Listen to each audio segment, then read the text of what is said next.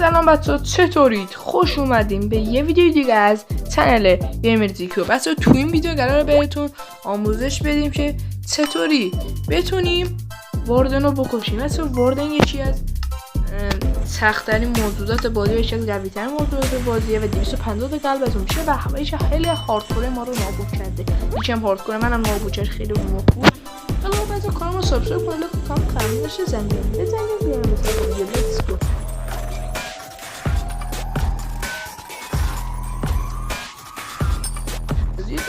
یه دونه بلاک هر میتونه هر بلاشی باشه، یه دونه که یه دونه شن یا جرولی که من نمیتونه رو هوا بمونه، میفته اینجوری پایین.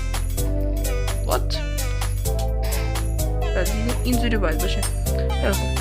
حالا میره وسطش یه دونه 3 تا بلاک میکنین، بعد واردن رو دنبال خودتون میکنی و میفته اینجوری پایین. بعد